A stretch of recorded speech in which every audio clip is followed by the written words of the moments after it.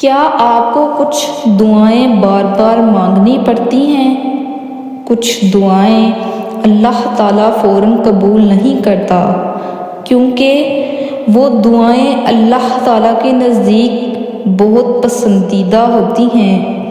اس لیے ان دعاؤں کی قبولیت کو اللہ تعالیٰ وقتی طور پر تم سے دور کر دیتا ہے، کیونکہ وہ دعائیں تمہارے ہی مقدر میں ہوتی ہیں، لیکن وہ تمہارے دل سے انہیں اس لیے نہیں نکلنے دیتا تاکہ تم اللہ سے مانگنا نہ چھوڑو۔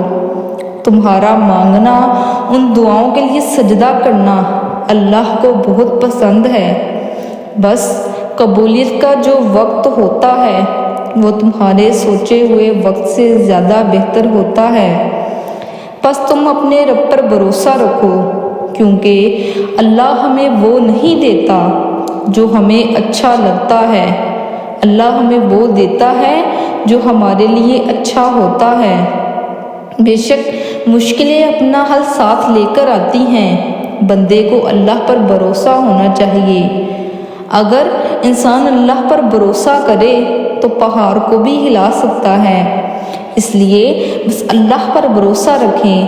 اگر وہ موقع دے رہا ہے تو تم منع کیوں نہیں لیتے اس کو؟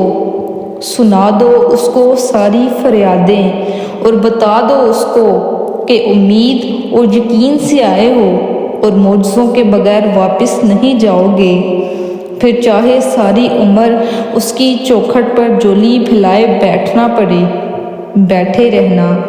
امید کو مایوسی میں نہ بدلنے دینا اور نہ ہی یقین کو ٹوٹنے دینا، کیونکہ وہی سنتا ہے اور وہی سنے گا بس۔